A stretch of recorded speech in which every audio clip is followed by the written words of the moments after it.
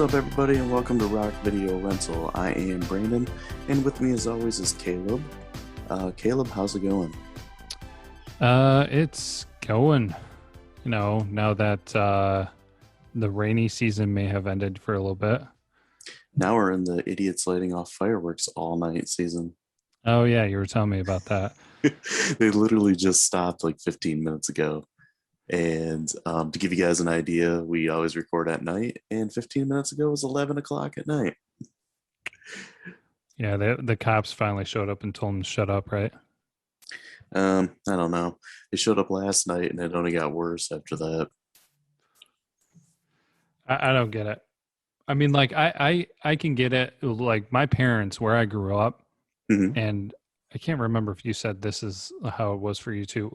In middle of nowhere, you Yeah, know. So I mean, even if your neighbors were doing it, it was kind of in the distance.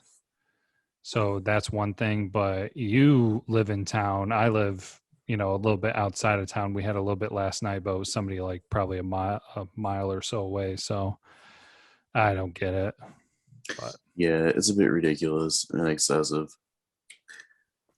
speaking of But ridiculous, did you watch anything ridiculous this week? I watched Ridiculousness. Perfect segue. Oh yeah.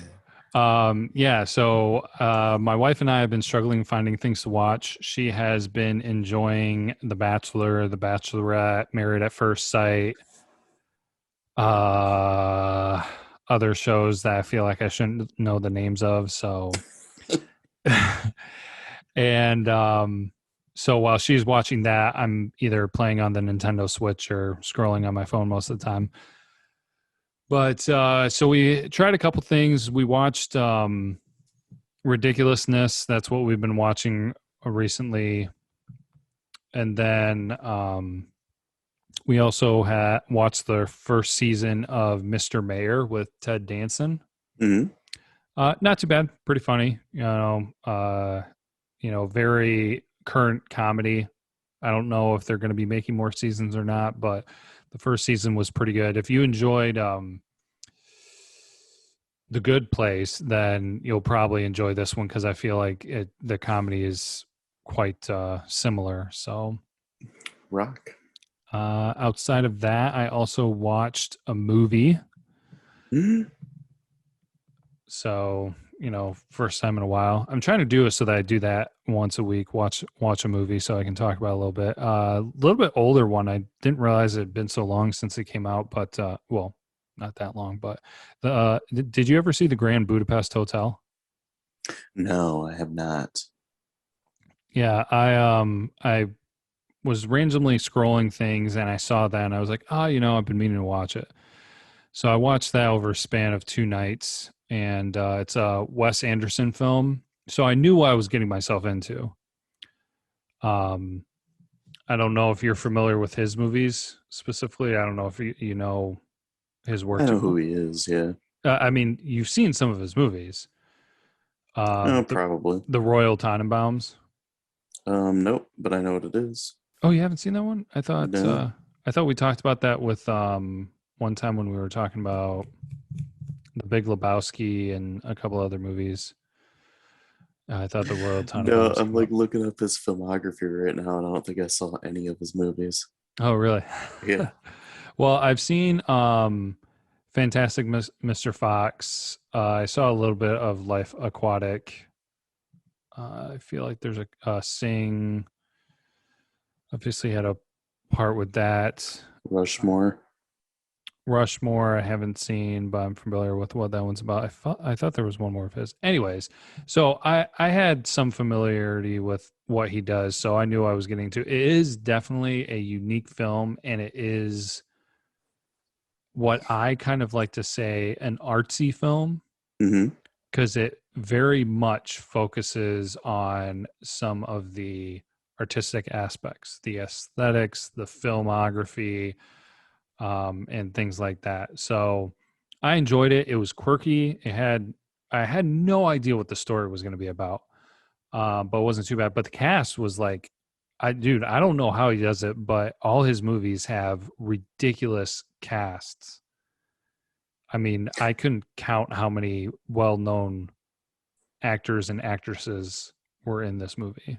He's probably one of those directors where like actors want to work for him. Yeah, and some of them were really small roles too, so it was probably really easy to get some of them. So, Hmm. but yeah, pretty good one. I mean, if you guys haven't seen it, you're looking for some to watch, and if you've seen anything else of his, I feel like a lot of people are saying that this is one of his best, if not maybe his best. It was enjoyable. So Rock. now that I took 20 minutes to do that, what have you been watching? We're still watching Friends for the umpteenth time. Um, yeah, so nothing too excited with that. I watched the new Kevin Hart movie on Netflix, Fatherhood. Okay. And that was pretty decent. It kind of surprised me how good of a job Kevin Hart did in it, and it's not just like a straight comedy. It's kind of like more of a drama with Okay. comedic elements. And I guess I didn't realize like how good of an actor he actually is. Hmm. Because most of his movies, he's just Yelling. yeah, yelling, getting excited, doing dumb jokes, and like the Jumanji movies and things like that. Oh yeah. Central Intelligence, but yeah, he really showed some depth in this, and I was really impressed with that. The only thing I didn't like about it was the ending was pretty abrupt. Huh. My wife and I both felt that way. That we were getting into the movie, and then like that kind of just like halts to an end. Hmm. But and then the last thing I saw was like completely different. I watched a slasher movie from the late '80s called Henry: Portrait of a Serial Killer. Okay. And yeah, that one was pretty interesting. It has Michael Rooker in it, and it's basically just like following around him, and he's a serial killer, and it's loosely based on the life of Henry Lee Lucas, Hmm. who was a infamous serial killer. There's actually a documentary about him on Netflix called The Confession Killer, where when he got captured, he confessed to like over 600 murders, but they think he was just kind of full of it and maybe he only killed like 5 people. Oh really? But yeah, he's just nuts. But it was kind of interesting. It was a little more artsy than some slashers, but at the same time, it was really raw, if that makes sense. Well, you were saying artsy, and I was just like, his killing? Like, what are you? I think you're watching too many of these if you're starting to talk like that. No, I'm just saying like the camera work and stuff. Yeah, yeah. How yeah, it had that very like independent kind of more like art house feel to it. But it was interesting, and like that one was, I think, an unrated movie, or like it was rated X or something like that. And it wasn't really any gorier than any slasher movie I've seen. It's just, I think it was just the realism of it, because it had more of a realistic feel than like a Friday the 13th movie. Okay. But yeah, I wouldn't really recommend that to anyone unless you're like really into slasher movies. But I think those are really the only things of note that I watched. Just that and a bunch of YouTube stuff. But with that covered, we can dive into the topic of the week. Acknowledge, please. Acknowledge, please. Where are you? It's okay, Jack. It's not okay. I got a small plane here. I don't know where it is. Jack, a fly landed on your screen. Look, Jack, you've been landing planes for 13 years. Face it, you're burned out. You need this rest. So Jack Chester's taking that lead, Oh, this is great. renting a beach house, 4:15, this is it. and getting the family ready for the best month of their lives. Oh. Remember milk, please? Here. Thank you. Quiet and secluded, Come on, get out of here. with outstanding facilities, Sit down, relax. All right. perfectly situated, Holy fuck. in a friendly neighborhood. What do you think of these? Similar? I just got them. Who had them before you? John Candy's gonna discover what a month in paradise What? Open this door! is all about. Summer rental. Please! Oh, Mommy, make it better. So the topic of the week is the 1985 family comedy Summer Rental. It was directed by Carl Reiner, and the plot for it is an overworked air traffic controller takes his family on a beach vacation, but is soon beset by a series of mishaps. The cast for this one, we got John Candy as Jack Chester, Richard Crenna as Al Pellet, Rip Torn as Scully, Karen Austin as Sandy Chester, Carrie Green as Jennifer Chester, Joey Lawrence, as Bobby Chester, and Aubrey Jean as Laurie Chester. It's a very early movie for Joey Lawrence. He's maybe like 7, something like that in this. The first time I saw this, I didn't even recognize that it was Joey Lawrence until halfway through the movie. That's funny. This is also one of John Candy's first leading movies. Oh, okay. I didn't realize that. Yeah, very early in his career. So I guess we can get into a little bit of the summary here. So, like the plot said that, he's an air traffic controller. He's overworked. He's stressed out. We get to see some of that in his morning routine, getting ready. It's funny how they don't really show anything going on in the house. It's like a shot from the outside, and we just get ADR over it. Yeah. And he's like, where's this? Where's that? And he's like, where's my breakfast? And his son gives him a hard-boiled egg. He asks for another one, and he's in his car driving to work down the expressway, and he's cracking the egg open, and it doesn't peel very easily, and he eats it, and then he goes to crack the other one, and it's raw. Yeah, I thought that was pretty funny.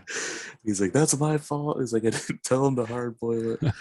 It cracks me up. Just kids, the way John Candy just kind of is the everyman. In every movie he's in, that's just who he is. But he gets to work, and he's stressing out, and he's freaking out because he's lost a plane that he's supposed to be controlling, and he's yelling into the microphone, and his boss goes up and shoos a fly away from the screen, and a fly was covering the plane that he lost. So basically he gets forced to take a vacation and try to de-stress. They're you've been doing this for I don't remember how long. They said 12, 13 years. It's you need to take some time and just relax. So he packs up his family, and they head from Atlanta to Citrus Cove, Florida. And they show up at the super nice beach house, and they unload the kids and the dog, and they're getting all set, and it's an amazing looking place. And we get to see some funny interactions with his family, who's middle class family with these hoity-toity rich people next door. And normal clashes in class. It's kind of funny, especially with the dog barking at the people. That his interactions with the dog and people crack me up in this movie, because he's he yells at him. He's like, hey, stop barking. And then it's just he only barks at people that he likes. And he's trying to get the dog to stop nicely, and then he just yells at him. Archie. He's like, oh God, what was the dog's name? Archie, that's right. And he's like, Archie, knock it off. Shut up and get inside. This reminds me yelling at my dog, barking at the neighbors. So we get set up kind of funny stuff. The kids are playing on the beach, and he decides he's gonna just nap in a chair. He falls asleep and with his arms up, and he gets a super bad sunburn. Oh gosh, dude, that was painful to look at. Oh yeah, for sure. I mean, coming from a guy who has red hair and ghostly white skin, like I know all about sunburns. uh, so he decides he's gonna take his like family to a nice um, dinner at like the seafood restaurant, and he's all excited for lobster, and like more and more lobsters are being taken from the tank, so he starts to worry he's not going to get a lobster. It's finally like his turn, but then like this fancy dude shows up, and he's like the local sailing champion. Local sailing douche. Yeah, played by Richard Crenna, who was Rambo's commanding officer. And he does a really good job in this as just being like this arrogant dick. Mm-hmm. You just want to hate, but at the same time he's pretty funny. So he like cuts in front of him in line, they get a seat, he gets the last lobster, and like sends Jack, John Candy's character, like over the edge, and he like Al Pellet quickly becomes Jack's like main nemesis throughout the movie. So they end up going to this other place called the Barnacle, and it's basically just a glorified like hole in the wall dingy bar. Mm-hmm. This is where we meet Rip Torn's character of Scully, and he's just like the seasoned captain of like a ship, almost like a pirate. Patches O'Houlihan. If you can dodge a wrench, you can dodge a ball. Every time I saw him on the screen, that's all I could think of was dodgeball. Oh gosh, I forgot about dodgeball actually until you just said that. I'm like, oh my gosh, that was Rip Torn. But yeah, so then they get home that night, and John Candy hears like something downstairs, so he goes downstairs to check it out. He grabs like this big statue that's by the door, and he's gonna like clobber whoever's coming in. And it's like this black family coming in, like this rich family, and John Candy's like, "What are you doing at my house?" And the guy's like, "What are you doing in my house?" It's like, "What are you talking about?" It's like, "I have this place rented for 4 weeks," and he hands him like the paperwork, and the guy's like, "Where did you say this was?" And he says something Beach Road, and the guy's like, "This is whatever Beach Lane." So they find out like they're in the wrong place. So like he's got to get his whole family up and get out of this house because like the people who own it came home. And we get like a funny scene where he's like carrying the dog food out and it spills all over the place. And he's like, "Oh, you guys got like a vacuum cleaner or like a dustpan or something like that?" And they're just staring at him like, "Oh my gosh, let's get this guy out of the house." And super awkward comedy. Yeah, so they end up just like leaving, and then Jack comes back and he's like, "I forgot my Noxzema," so he's got to go upstairs to get his lotion. He's like, "Oh, and I forgot my daughter too," and he carries her down. But then he finally like show up at the house they're supposed to be at, and it's just like a hole. It's just like this trashy house. And the next day they find out that it's like right in the path to go to a public beach. So there's constantly like riffraff walking by the place. So exact opposite. They're in this really nice place, nice and relaxing, quiet beach, and now they're in like this crappy hole where hardly anything works in it, and there's a bunch of like white trash and stuff walking by all the time. And right next to the lifeguard house. Yeah. And of course the lifeguards take a liking to his daughter, his teenage daughter. So we get Jack that's gonna take his son out to play volleyball, and he's horrible at it, and he feels bad, and like his wife's like, "Well, you haven't played in like 15 years. Like, what were you expecting? And he's like, I'm gonna go take him sailing because I'm a good sailor. I know how to do that. So he rents a boat and he rents one from Scully because they find out there's a regatta that's gonna be going on in like a week or so. So like all the boats were taken up except for like these two old ones that Scully had. So they take the smaller one and they ride around him and his son, and of course, they crash into like this big nice sailboat that's owned by Al Pellet. So that just adds to um the disdain those guys have between each other. The rivalry. Yeah, the rivalry for sure.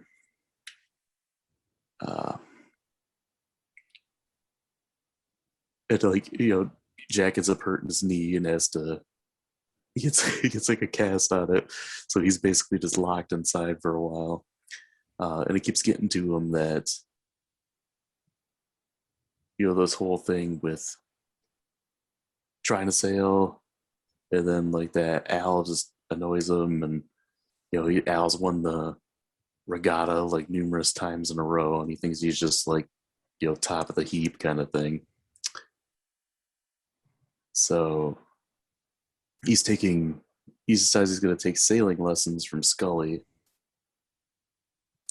And this is right around the time too where we find out that Al now owns the house that Jack's family is renting, and like he's trying to kick him out, and Jack challenges him, if I beat you in the regatta, then we get to stay in this house for a full 4 weeks without paying rent, and if you win, then I'll leave, kind of thing.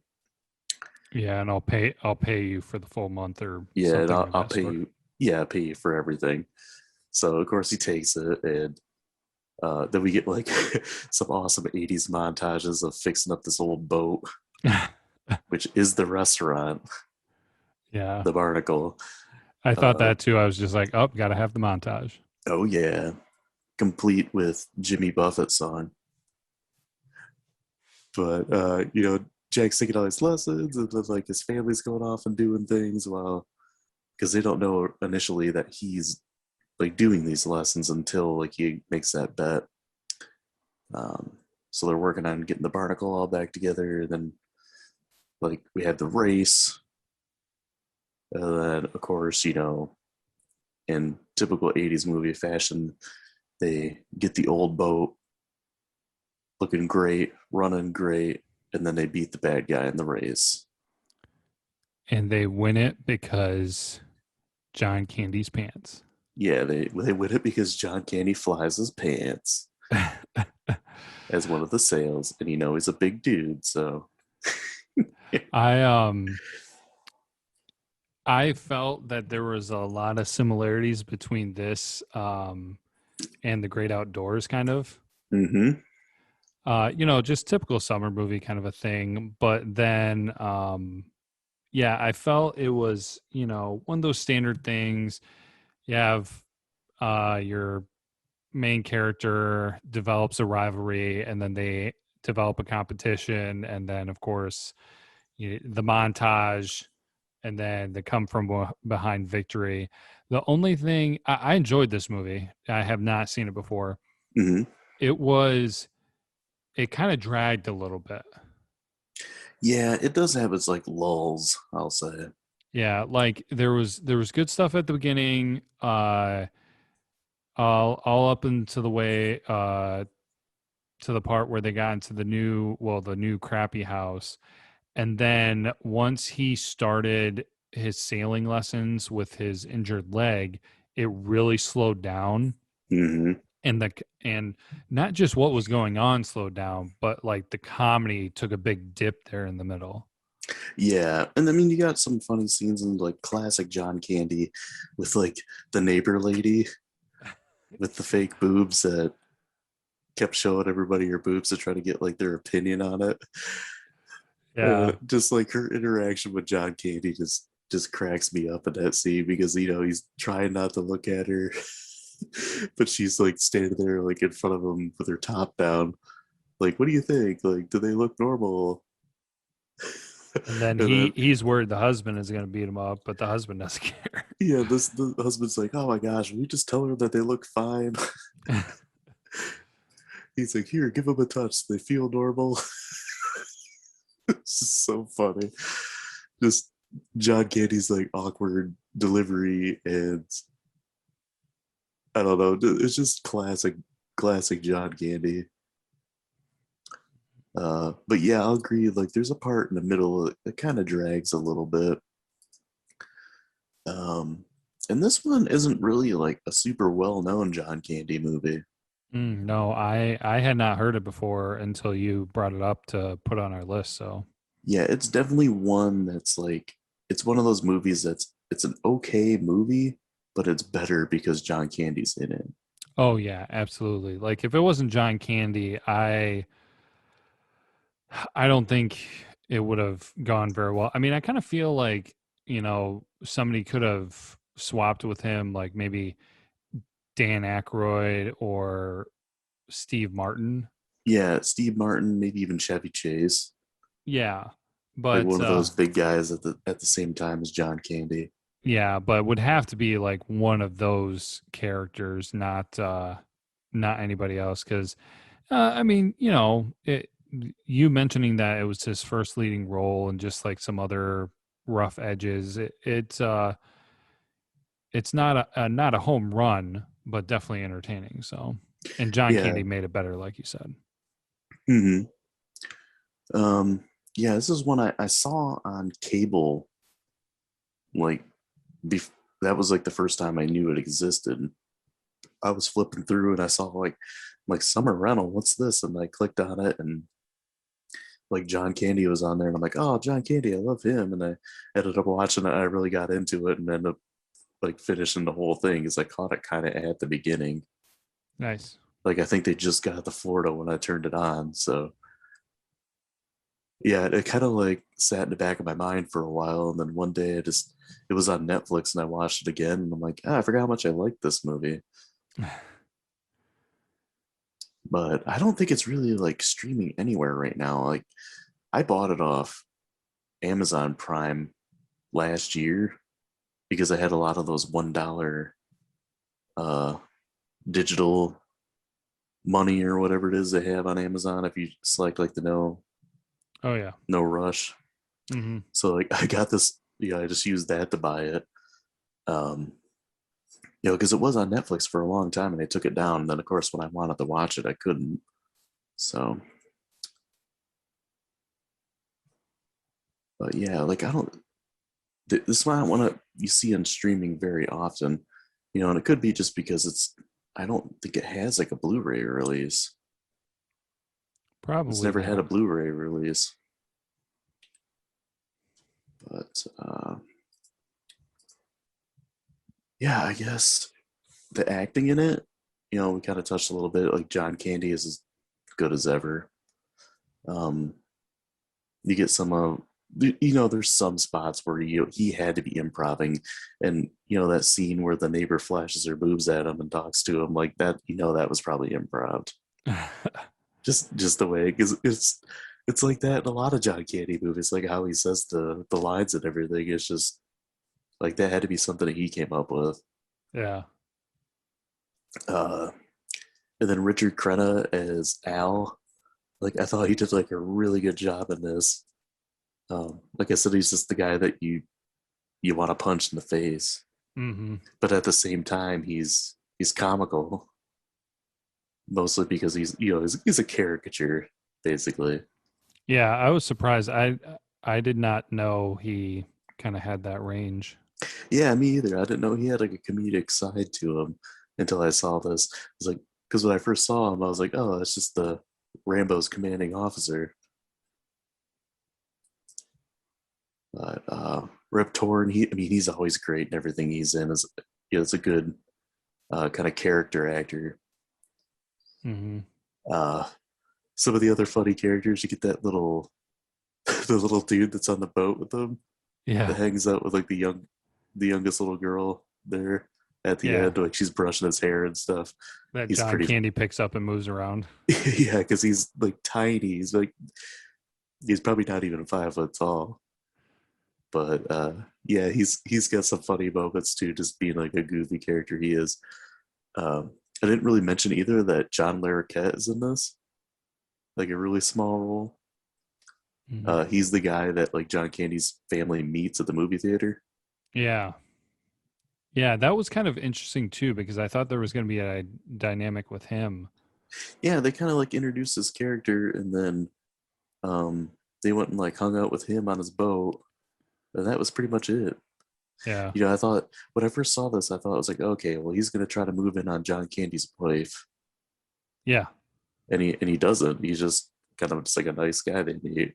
He's a stand-up guy. uh, so one thing I noticed when they were at the movie theater was like all the posters. Did you like take a chance to look around at the movie theater when they were standing there? Oh no, I did not. There was like a Footloose poster, and there was a Friday the 13th, A New Beginning poster. Nice. Yeah. There were some other ones too. Man, that was like a war one. I don't remember what it is now, but yeah, it was just kind of cool seeing like this old movie theater with like these posters. Yeah, I'll mention too that Carrie Green plays the teenage daughter, and she was in the Goonies. Okay. She was the kind of the popular girl that Brand was obsessed with in the Goonies. Gotcha. Yeah, like I've saw a few of her movies lately because I watched the Goonies not too long ago, and I also watched the movie Lucas not too long ago. I don't know if you've ever seen that one. No. She's one of the main characters, and like the main character in it is Corey Haim, like a young Corey Haim. Hmm. But, and Charlie Sheen is also in that movie. That's a pretty good one. That's more of like a drama, I think, like a teen drama. Okay. But yeah, man. Other things I noticed in this. So, did you you've watched a fair amount of Seinfeld, haven't you? I can't remember, like, because we've I've talked about it before, but I don't know how much you've seen. I've watched some. I don't know if fair amount might make it sound like I have a deep knowledge. Okay, so the guy that played Angus McLaughlin, I mean, Mm-hmm. the guy that finds the sale for the barnacle, The Scotsman. I didn't notice who that was in all the other times that I've watched this movie. And he is the guy that played Mr. Wilhelm, who was George's boss when he worked for the New York Yankees. Oh yeah, never would have put that together. Well, he showed up in a fair amount of Seinfeld episodes, so he wasn't like a small character. Like he was probably in 10 or 15 episodes. Okay. So he was like George's supervisor, and then like obviously above him is George Steinbrenner. Mm-hmm. But yeah, like completely different. Like if you saw those two pictures of them, like him in Summer Rental and then him in Seinfeld, you never would put that together. Like that's blew my mind. His name's Richard Hurd. But is there anything that like stood out to you? Any like scenes that you really enjoyed that I didn't mention? No, I think it started off really strong and then it kind of like petered out, and then even the race itself at the end was a little bit drawn out. Yeah, it was a little uneventful at times, and maybe that's just, you know, how the sport lends itself to a movie. Yeah, I mean, sailboat racing really isn't all that exciting. It's not like speedboats, you know. Yeah. But it was interesting. It just like, again, like I feel like I'm talking like down about it a whole lot. It wasn't really bad, but it's just it started. The thing for me, I think, is that it just started so well and strong that it was kind of a bummer that it was a little bit of a decline there after probably about the midpoint. Yeah. So. Yeah, I would agree with that. I guess I can get into trivia and facts now. I got a decent amount for this. There wasn't really too much. So Karen Austin, the actress that played Jack's wife Sandy, Mm-hmm. she was only 29 when the movie was filmed. Wow. So, and that was less than 12 years older than Carrie Green, who played the teenage daughter. And like she looks, I mean, not saying like she looks old, but she definitely looked older than 29. Yeah, I mean, she looked like a mom. You know, she looked like she was in her mid 30s. Yeah. She definitely looked like a mom. Like she could be the mom of a teenager. Yeah. So Carrie Green, who played Jennifer, she also dubbed her voice for the little girl Lori. I'm not quite sure why. I'm thinking maybe just that little girl was just too young to say a lot of her lines maybe clearly. Yeah, she didn't say much anyways. Yeah. I'm just thinking like she was probably what, 3 or 4? Yeah, Something like something like that. that. I mean, my daughter is going to be 3 here in like a couple months, and she's got a pretty like big vocabulary for like a 3-year-old. And like, there's times where I don't understand what she's saying, so I can kind of see why they have to dub her over. Also trying to control what a kid says and how they say it. Oh yeah, for sure. So I mentioned before, this is the first leading role for John Candy in an American production. There was a movie before that was a Canadian and American like combined production, but this is like his first leading role in an American movie. Okay.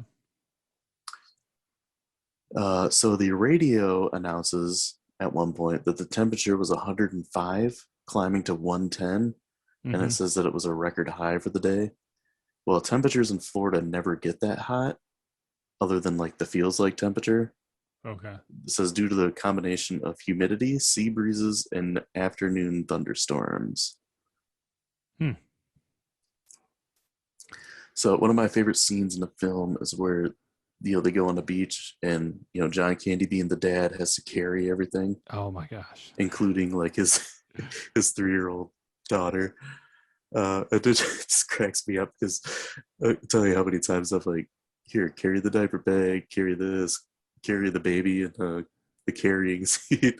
And yeah, I have to do it in one trip because you don't want to make 2 trips. Yeah, exactly. So that cracks me up, and like all the stuff happens, and it's just funny. But in that scene, John Candy wears a Chicago Blackhawks jersey, Mm-hmm. and it's got the number 21 on it. And the number 21 was worn by Hockey Hall of Famer Stan Mikita, who John Candy was a fan of. Rock. And I noticed it's not really like an official Blackhawks jersey, and because so like the stripe, there's a black and white stripe at the bottom of it, but there's also like red under that. In the Blackhawks jerseys, like the black and white stripe is like at the bottom. There's no red under that. How dare they? The audacity. They do have like one of the best looking uniforms in all sports. Yeah. So the movie in the U.S. was originally classified as a PG-13 movie, but they cut it down further to make the film reclassified as a PG rating. Okay. So the movie was shot in March of '85, with filming wrapping around April, and it quickly went into post-production, with Paramount releasing the film in August. Oh, wow. Yeah, so that would be the first movie with such a quick turnaround schedule to be released that year. And then the second one was Commando, starring Arnold Schwarzenegger, Oh, man. which was released by Fox in October with a quick shooting schedule that was similar to that. That one I feel like would have been more complicated. Yeah. And then the last thing I got, usually I get like the budget in the box office. I could not find the budget for this movie anywhere. There was no budget. And I can't, like, I'm only going to assume that it was probably under $5 million. I would kind of imagine it would be. I'm in just that trying to range. like compare it to other movies from the era. Like I don't think any of the Friday the 13th movies at that time had a budget over 5 million. Most of them had like 1 million, 2 million. And I'm just trying to like think of location and stuff like that, and some of the, the boating scenes and that kind of stuff.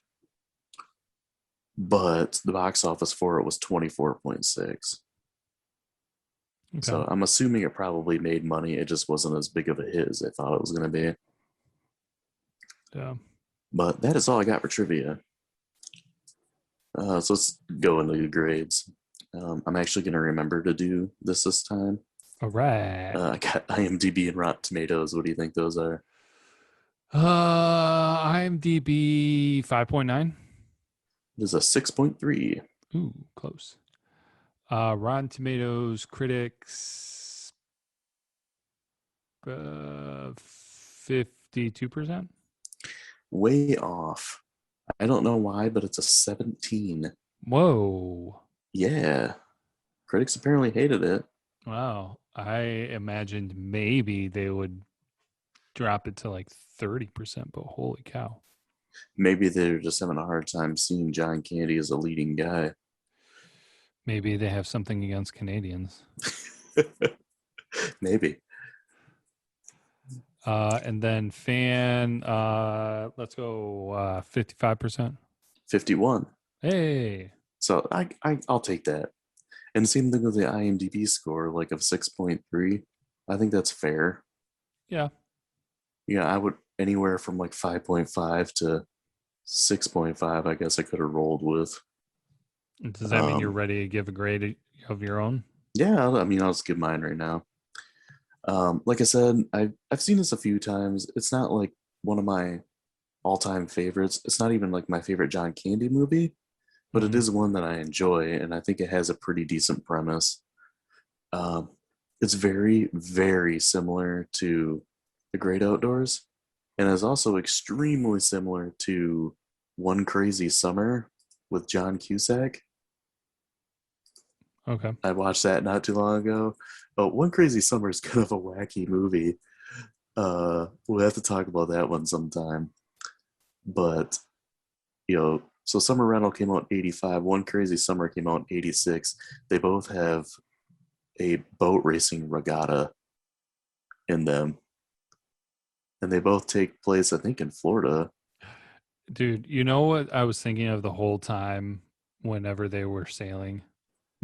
Was What About Bob? I'm sailing. I'm sailing. Oh my gosh.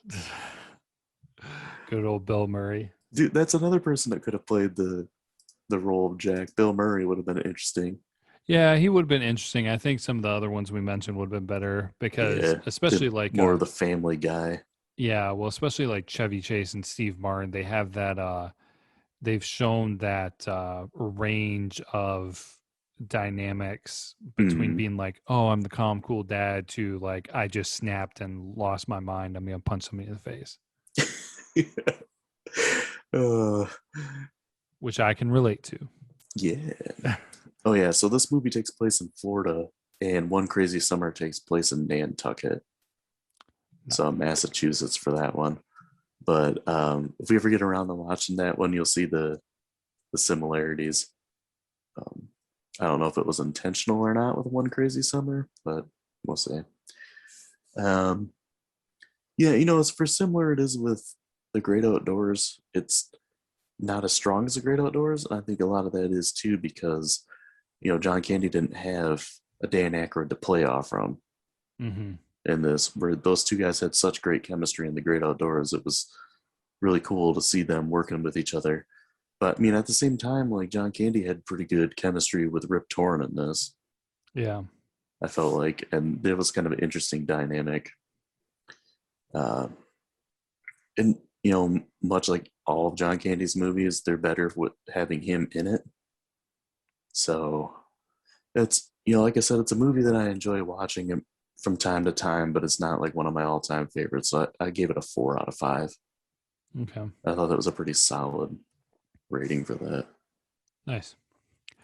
Rock. I was pretty close there with you. It's it's definitely one that I feel like is worthwhile for people watching. I feel like anybody could watch this and enjoy it. I mean, it's, Mhm. what would I say? Kind of like the middle of the road kind of a film. Everybody's going to be able to find something they enjoy. It's not Yeah, going to be decent family comedy. Yeah, it's not going to be something that I don't think anybody's going to be like, "Oh my gosh, this is amazing." But yeah, I enjoyed it. I mean, perfect movie for this month of the summertime theme month.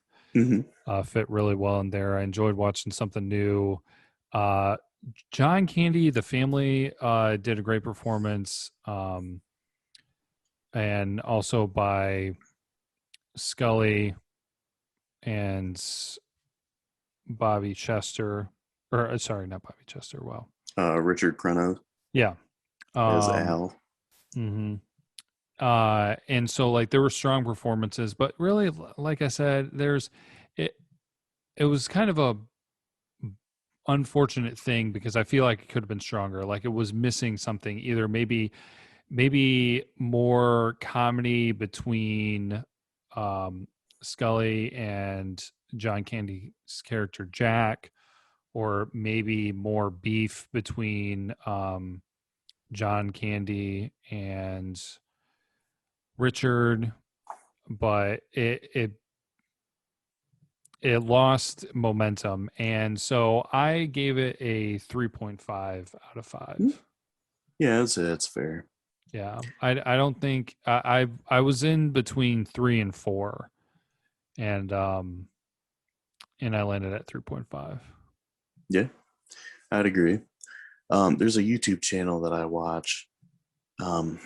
Man, I can't even remember like the full on name of it, but I know like the name of the guy's production company is called Hats Off Entertainment. Mhm. He has this like video series called Almost Cult Classics, and he did an entry for this movie, and like I can kind of see that where it's like it's a movie that deserves an audience, but doesn't have like a crazy following to it, but a lot of people remember. Yeah. It's just kind of like it's a funny movie, it's an entertaining movie, but it's not like funny or entertaining enough to be rewatched as often as other John Candy movies like Uncle Buck or The Great Outdoors. Mm-hmm. For sure. So anything else to add? No, I don't think so. I mean, a decent one to recommend and check out if you haven't gone to, especially if you enjoy John Candy. Yeah, and I thought it was a good way to start off the summer theme. And I'm actually pretty excited for the rest of the summer theme movies because I feel like we got like a good mix.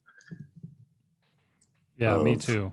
Of fun and like ridiculously I guess like stupid comedies, but then also like serious movies that are considered, pretty solid and groundbreaking movies. Yeah, some classics. And yeah, so a classic we got next time is American Graffiti. We just can't escape Harrison Ford. Yeah, Harrison Ford and George Lucas.